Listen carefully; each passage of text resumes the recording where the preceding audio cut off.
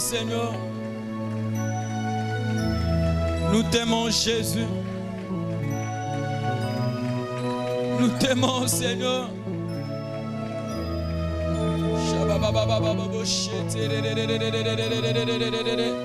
Nul n'est comme toi, nul n'est comme toi. Tu nous as sauvés par grâce. Ce matin, nous ne méritons rien, Seigneur.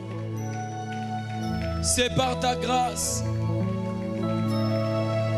C'est par ta grâce. C'est par ta grâce. C'est par ta grâce.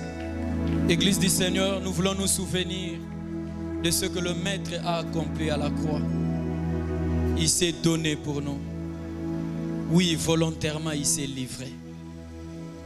Et il nous laisse cette recommandation de pouvoir prendre part à sa table, au pain et au vin, et de pouvoir nous souvenir de ce qu'il a accompli à la croix.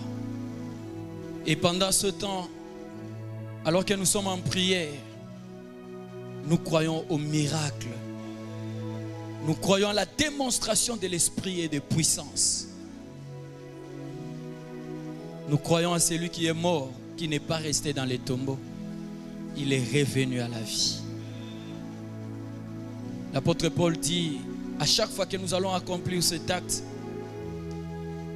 que nous puissions annoncer sa mort et sa résurrection jusqu'à ce qu'il va revenir. La table du Seigneur, c'est pour vous qui avez cru en Jésus comme Seigneur et Sauveur. Vous avez pris la décision après votre foi de passer par les eaux des baptêmes. Vous avez obtenu le baptême par immersion. Et vous marchez avec le Seigneur. Si telle est la condition que vous réunissez, vous allez rester debout avec nous. Comme on nous disait pendant la prière, ceux qui ne réunissent pas la condition mais qui participent à la table sont frappés. Mais nous croyons aussi que ceux qui réunissent la condition, qui passent par la table, reçoivent de Dieu la bénédiction. Nous allons prier pour ces éléments. Vous qui êtes prêts, vous allez vous lever et nous allons prier. Seigneur, merci pour ton corps méprisé, méprisé par les hommes que tu as créés, méprisé jusqu'à la mort de la croix, une mort honteuse pour notre restauration, pour notre salut. Merci également parce que là à la croix, ton sang a coulé. Par tes meurtrissures, nous avons obtenu la guérison. Nous prions pour quiconque qui prendra part à cette table. S'il était venu malade, qu'il reçoive la guérison. S'il avait laissé un membre de famille malade à la maison ou à l'hôpital, que là il soit impacté par ta main toute puissante et qu'il reçoive de toi la guérison. Glorifie-toi pendant ce temps au nom de Jésus. Nous disons Amen. Nous sommes en prière, nous adorons le roi, nous célébrons le roi. Alors qu'on va s'approcher avec ces éléments. Gloire au Seigneur.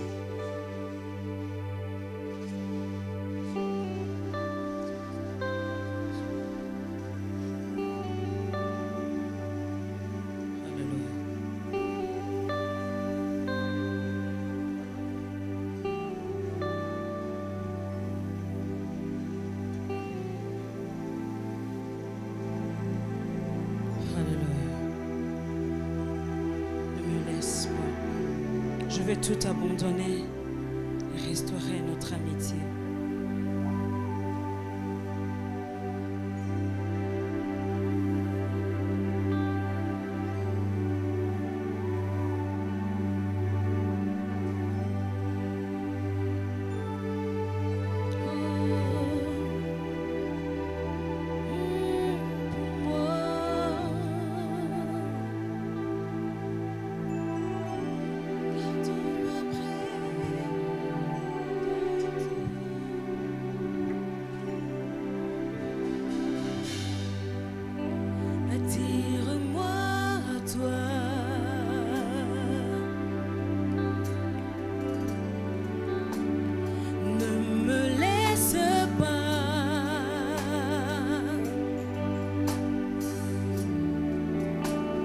Je veux tout abandonner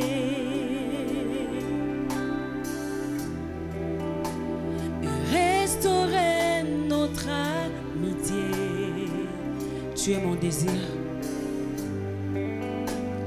Tu es mon désir. Je ne veux que toi, Seigneur. Je ne veux que toi. Oh, je veux tout abandonner. Je veux tout abandonner.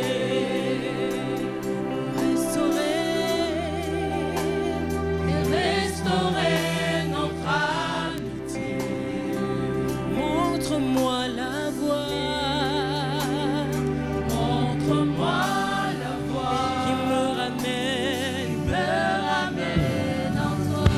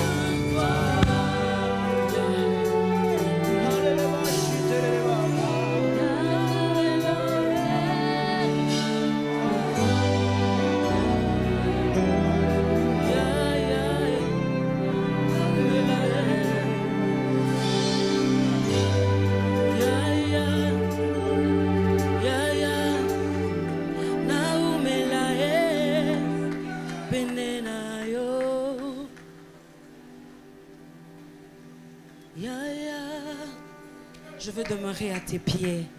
Je veux demeurer dans ta présence. Alléluia. Église, nous sommes en prière. Nous n'attendons pas des chants. Élevons nos voix. Bénissons le Seigneur. Si tu sens que tu peux battre les mains, tu le fais.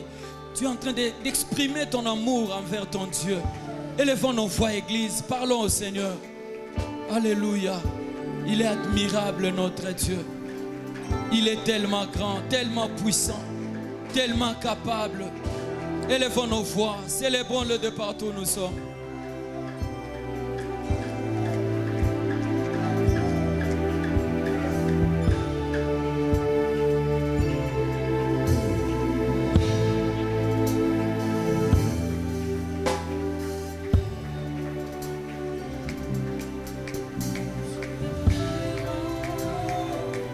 Plus grand, Seigneur, que les mots du dictionnaire. Tellement grand, que tout ce qu'on dit ici-bas. Tu es plus grand, tellement grand,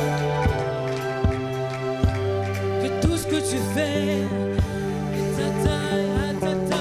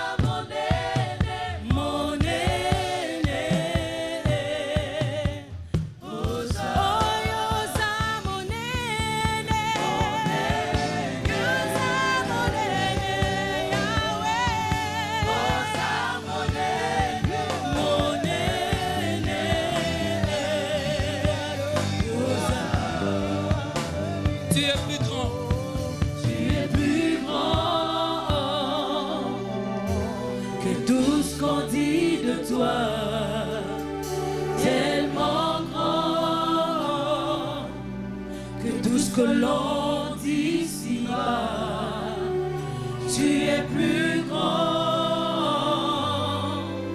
que le mot du dictionnaire, tellement grand que tout ce que tu fais, ta taille, mon aîné.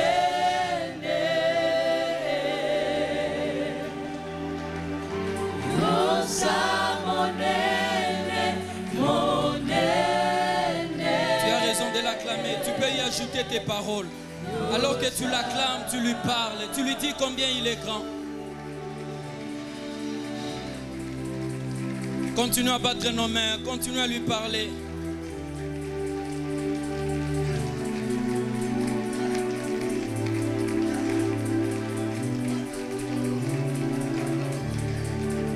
Combien il est l'unique, combien il est le seul. Jésus. Jésus.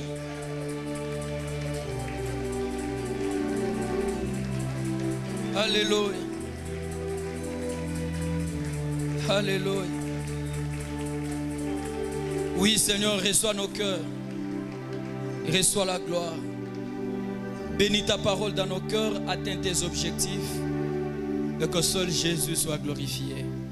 Au nom de Jésus, nous disons Amen. Bonjour frères et sœurs. Nous bénissons Dieu qui permet que nous soyons là, que nous soyons en vie et que nous puissions apporter cette parole.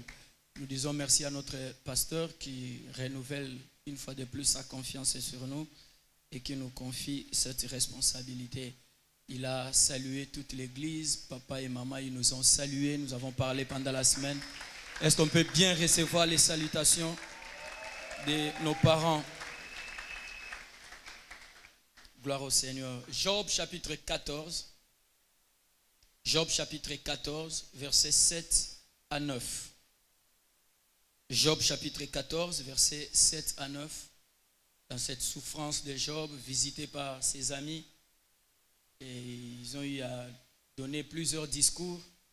Et nous prenons cet extrait dans ce qu'il était en train de répliquer, de donner comme réponse. Au chapitre 14e, nous prenons juste le verset 7 à 9. Et il y a quelque chose qui nous intéresse. Est-ce qu'on a trouvé? Nous allons lire tous ensemble. Je disais Job, chapitre 14, versets 7 à 9. On y va tous ensemble. 1, 2, 3. Un arbre a de l'espérance. Quand on le coupe, il repousse. Il produit encore des rejetons. Quand sa racine a vieilli dans la terre, quand son tronc meurt dans la poussière, il reverdit à l'approche de l'eau. Il pousse des branches comme une jeune plante. Église, nous disons Amen. On va revenir sur ce texte si nous pouvons tous avoir les yeux sur ces 3 versets. On y va. 1, 2, 3, encore une fois. Un arbre, quand on le coupe, il produit encore des rejetons. Quand son tronc meurt dans la poussière, il pousse des branches comme une jeune plante et nous disons Amen. Si vous voulez un thème ce matin, je l'ai intitulé « Espère comme un arbre ».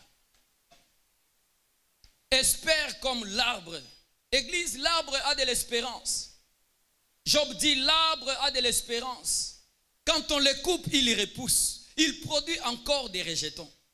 Quand sa racine a vieilli dans la terre, quand son tronc meurt dans la poussière, il reverdit à l'approche de l'eau.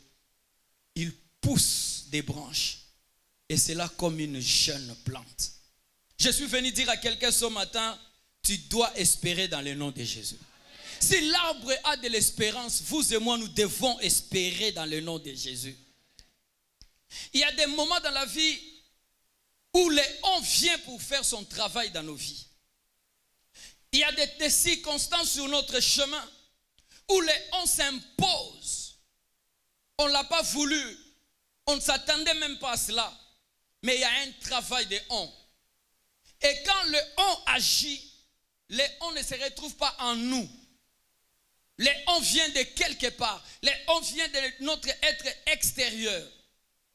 Mais les on a de l'influence sur nous. À cause de son travail. Quel est le travail du on? La Bible dit, un arbre a de l'espérance. Quand on le coupe, voilà l'activité de on. On vient pour couper un arbre. On vient pour mettre fin à l'existence de l'arbre. Comme pour dire, je ne veux plus de toi, je veux t'exterminer. En fait, je vais t'anéantir. Je vais t'écraser, je ne veux plus parler de ton existence. Et plusieurs d'entre nous, nous passons par des périodes comme ça. Nous passons par des moments quelquefois difficiles où on voulait prendre des initiatives, où on voulait entreprendre, où on voulait aller plus loin, on voulait monter, mais il y a les on qui s'imposent, qui nous écrasent. Il y a les on qui s'imposent, qui nous donnent comme message, tu ne peux pas évoluer. Le on nous dit, ça ne te concerne pas. Mais ce que j'aime, il y a un message qui va au-delà du on. Ce que j'aime, il y a une réalité qui surpasse l'activité de on. Quand on vient pour te couper, pour t'exterminer, il y a un travail. Ce que toi tu dois encore pousser. Quand le on s'impose sur ton parcours pour mettre fin à ton progrès, cette activité ne te permet pas d'être écrasé, mais cette activité te permet de pousser et de pousser encore. Je suis venu annoncer ce matin dans la vie de quelqu'un, tu ne seras pas écrasé, mais tu pousseras. Je disais, tu ne seras pas écrasé, mais tu pousseras. Je le dis encore, tu ne seras pas écrasé, mais tu pousseras dans le nom de Jésus. Normalement, lorsqu'on nous coupe, on ne veut plus nous voir sur terre. Mais l'arbre nous donne pour message, n'abandonne pas. Lorsque les hommes te coupent, ne laisse pas. Lorsque les hommes te coupent, il ne sera pas question de ta mort. Mais dans cette attitude, tu vas encore pousser. Tu vas encore repousser. Tu vas encore monter et tu monteras encore.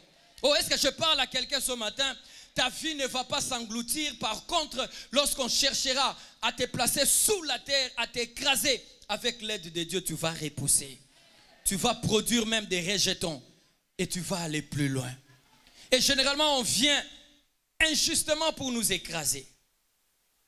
Dans ton activité, tu n'as rien fait. Tu es innocent. Mais c'est toi qui es cité. Le complot est monté contre toi. Quelqu'un se dit, non, on ne veut plus le voir dans cette entreprise.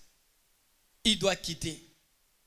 Et ce qui est dur, parfois nous faisons face au conflit contre ceux qui sont placés plus haut que nous. Il s'appelle directeur, il s'appelle responsable, il s'appelle autorité. Et il complote contre toi. J'ai une bonne nouvelle pour quelqu'un. À chaque fois, un grand s'élèvera contre toi, n'aie pas peur. Dieu veut t'élever au niveau des grands. J'étais en train de dire, Dieu veut t'élever au niveau des grands. Ce matin, je suis venu dire à quelqu'un, espère encore. Peu importe les circonstances, espère encore. Peu importe le message de ton corps, espère encore. Lorsque l'homme utilisera sa mauvaise volonté pour t'écraser, quelquefois pour te changer de poste, afin que là où tu vas partir, tu puisses mourir, c'est que j'aime avec Dieu. Dieu aussi va travailler de son côté, parce que pour que là où tu iras, que tu ne sois pas écrasé, mais qu'on apprenne des bonnes nouvelles. J'aimerais annoncer dans la vie de quelqu'un, là où tu iras, ça sera pour des bonnes nouvelles. Ça ne sera pas pour ta mort, par contre, ça sera pour ta vie. Il y a un Dieu au ciel, frères et sœurs. Quelquefois, c'est sans cause. Tu reçois un non. Tu n'as rien fait. Et ce fiancé dit non, on doit arrêter. Mais quand tu t'examines, tu te dis non, je suis saint. Je n'ai rien fait de mal. Ma soeur, je t'ai dit, accepte ce non-là. Il apprendra un jour que tu n'étais pas parti pour ta mort, mais là où tu es parti, Dieu a fait un travail. Dieu a fait un travail. Il y a un Dieu qui s'est élevé de vie. La Bible dit quand sa racine a vieilli dans la terre, quand son tronc meurt dans la poussière, au lieu qu'on parle d'un anéantissement, chose étonnante, on dit il va reverdir. Il va encore reverdir. Il sera encore utile. Il sera encore très important. Mais on parle du vieillissement, on parle même de la mort. Mais on dit il va reverdir. Église du Seigneur, la mort n'est pas toujours la mort. Quand tu fixes bien les regards derrière la mort, tu vas te rendre compte qu'il y avait une vie qui s'est cachée. Et là où les hommes pensent que tu vas partir pour la mort, ils apprendront que tu n'es pas mort, mais tu es en train de faire des exploits avec Dieu. J'annonce une saison d'exploits dans la vie de quelqu'un ce matin dans le nom de Jésus. Quand il vieillit, il meurt, il reverdit à l'approche de l'eau. Il pousse des branches comme une jeune plante. Tu peux mourir. Tu peux même, entre guillemets, sécher parce qu'il n'y a plus rien. Et selon les hommes, ils ont vaincu. Ils ont gagné. Église, le dernier mot pour ta vie n'appartiendra jamais à un homme. Dieu s'arrange toujours pour qu'il reste le Dieu de ta vie et qu'aucun homme ne puisse prendre sa place. La Bible dit lorsqu'il vieillit, il meurt. Mais en contact avec l'eau, il y a la vie. Et si tu passes par un temps de sécheresse, si tu passes par un temps de mort, tout ce que tu dois rechercher, c'est de l'eau. Recherche seulement les coins ou les recoins où il y a de l'eau. Une fois que tu seras en contact avec l'eau, l'eau va produire la vie. Et tu vas encore reverdir. Et ce que j'aime avec la Bible, Jésus est l'eau de la vie. En contact avec Jésus, ta vie doit fleurir. En contact avec Jésus, ta vie doit émerger. En contact avec Jésus, même là où il y avait la mort, tu dois repousser encore. Oh, je disais, tu dois repousser encore. Quand on te coupe, on pense à ta mort. Mais on va constater que tu n'es pas mort, tu vis. Et quand on viendra, on va te couper à nouveau, tu vivras encore. Quand ils seront têtus, il faut encore te recouper. Je ne sais pas si ça te dit. Ils vont te recouper, toi tu vas te repousser. Oh, est-ce que je parle à quelqu'un? Je disais, quand on va te recouper, tu vas encore te repousser. Quand on te recoupera encore, tu te repousseras encore. Oh, est-ce que je parle à quelqu'un qui a droit à pousser et à monter encore plus fort? Tu monteras dans le nom de Jésus. On ne te mettra jamais à terre parce qu'il y a un Dieu au ciel. Tu auras même des branches comme une jeune plante. Tu auras la force des jeunes. Tu feras ce que les jeunes peuvent faire. J'ai prié Dieu qu'il puisse te renouveler de force ce matin. Qu'il te donne une énergie nouvelle. Que tu accomplisses les choses au même rang que les jeunes. Et ils sont jeunes, mais ils seront étonnés de voir ton résultat semblable au résultat des jeunes. Et quelquefois tu iras au-delà à cause de la force qui viendra d'en haut. Et je vois cette race dans la vie de Joseph et dans la vie de Jésus. Ils étaient de la race de ceux qu'on ne devait jamais couper. Parce que si vous coupez Joseph, ce n'est pas pour sa fin, mais c'est pour qu'il monte des niveaux. Si vous vendez Joseph, ce n'est pas pour sa mort. C'est pour qu'il trouve l'abri dans la maison de Potiphar. Là, c'est le premier niveau de l'élévation. Mais là aussi, femme de Potiphar, ne cherche pas de problème. Parce que Joseph est de la race de ceux, une fois coupé, il va encore pousser. Chez Potiphar, il est de nouveau coupé. Et le voilà en prison. Mais ce que j'aime avec Dieu, la prison n'était pas son terminus. Il est allé repousser. Où? Chez les grands rois pharaons. Il obtient même les grands postes. Il devient même le premier ministre. Waouh! Mais on l'avait coupé. Comment il monte? Vous aviez mal fait. Il était de la race de ceux qui ne devaient pas être coupés. Quand vous le coupez, il pousse. Et il pousse encore. Je déclare sur ta vie. Quand on te coupera au niveau 1, on sera étonné. Non, tu ne vas pas atteindre le niveau 2, mais ça sera le niveau 10. Au niveau 10, si on te coupe, ils seront étonnés. Parce que tu vas encore repousser. Cette fois-là, ça ne sera pas au niveau 12, ni au niveau 20, ça sera au niveau 100.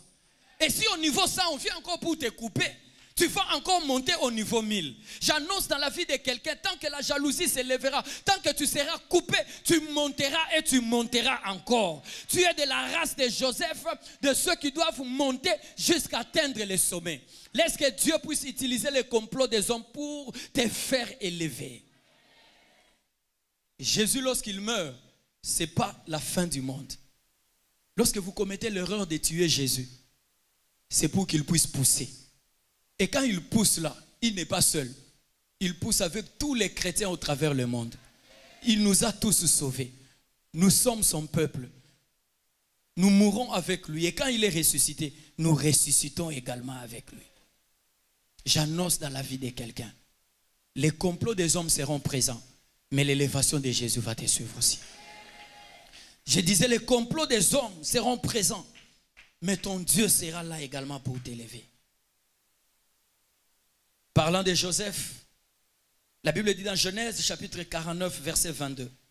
Joseph est le rejeton d'un arbre fertile. Les rejetons d'un arbre fertile près d'une source. Les branches s'élèvent au-dessus de la muraille. Au-dessus de la muraille. Joseph, il est le rejeton d'un arbre qui n'est pas n'importe comment un arbre fertile. C'est-à-dire, ces rejetons, que vous le vouliez ou pas, il ne peut que produire des fruits. Si tu es de la race de Joseph, sur n'importe quelle terre, j'ai dit bien, sur n'importe quelle terre, tu produiras des fruits. Parce que l'arbre qui te porte est fertile. Tu dois produire des fruits. Tu dois émerger. Tu dois monter et tu dois arriver au sommet. Et les branches s'élèvent au-dessus des murailles. Comme pour dire, là où il y a des obstacles, les obstacles ne viendront pas pour arrêter ton parcours. Mais avec les obstacles, toi tu passeras, tu arriveras de l'autre côté. Jérémie chapitre 17. On va terminer par ça. Verset 7 et verset 8e. Béni soit l'homme qui se confie dans l'Éternel et dont l'Éternel est l'espérance. Il est comme un arbre planté près des eaux et qui étend ses racines vers les courants. Il n'aperçoit point la chaleur quand elle vient et son feuillage reste vert. Dans l'année de la sécheresse, il n'a point de crainte et il ne cesse de porter des fruits. Je déclare sous la vie de quelqu'un, peu importe ton âge, tu porteras des fruits. J'étais en train de dire, peu importe ton âge, tu porteras des fruits. L'homme qui se confie en l'Éternel porte du fruit. L'homme qui se confie à l'Éternel, c'est ce que même le psaume chapitre 1er nous dit pratiquement la même chose au verset 3e. L'homme qui compte sur l'Éternel, l'homme qui est heureux, l'homme qui médite la parole nuit et jour, il trouve son plaisir dans la loi de l'Éternel. Il la médite nuit et jour. La Bible dit au verset 3, il est comme un arbre planté près d'un courant d'eau qui donne son fruit en sa saison. Je déclare ce matin sur la vie de quelqu'un, tu ne rateras pas des saisons dans le nom de Jésus. Tu dois donner le fruit en ta saison et dont le feuillage ne se flétrit point. J'aime la conclusion de ce verset. Tout ce qu'il fait lui réussit. Tout ce qu'il fait lui réussit. Dans le nom de Jésus. Je disais cette année, c'est que tu feras réussir. Nous chassons la peur qui te n'est pas entreprendre cette année dans le nom de Jésus. Tu dois être de la race de ceux qui vont oser. Et tu verras les résultats parce que la bonne main de l'Éternel va t'accompagner. Ton feuillage restera toujours vert, peu importe le temps, peu importe les circonstances. Nous refusons la sécheresse à l'église, la parole éternelle. Nous refusons la sécheresse finances. Nous refusons la sécheresse dans ta vie dans le nom puissant de Jésus. Parce que tu es béni de Dieu et personne ne doit arrêter ton parcours. Celui qui viendra pour arrêter le parcours te donnera l'occasion pour monter. Celui qui viendra pour arrêter encore ton parcours te donnera l'occasion pour monter encore. Un jour, tu seras reconnaissant même envers les Judas. Tu vas leur dire, merci pour cette vente. Parce que de là où je suis parti, j'ai reçu le nom qui est au-dessus de tout nom. Lorsque je me lève, d'autres puissances fléchissent. Un jour, tu diras merci à ce traître-là dans ton entreprise. Un jour, tu diras merci à cette tante qui t'avait chassé de la maison. Un jour, tu diras merci à ce camarade qui ne voulait pas de toi. Parce que de là où tu es parti, Dieu a fait un travail. Laisse que Dieu fasse son travail dans ta vie. Laisse que le travail de Dieu puisse aller au-delà des complots des hommes. Que Dieu bénisse sa parole.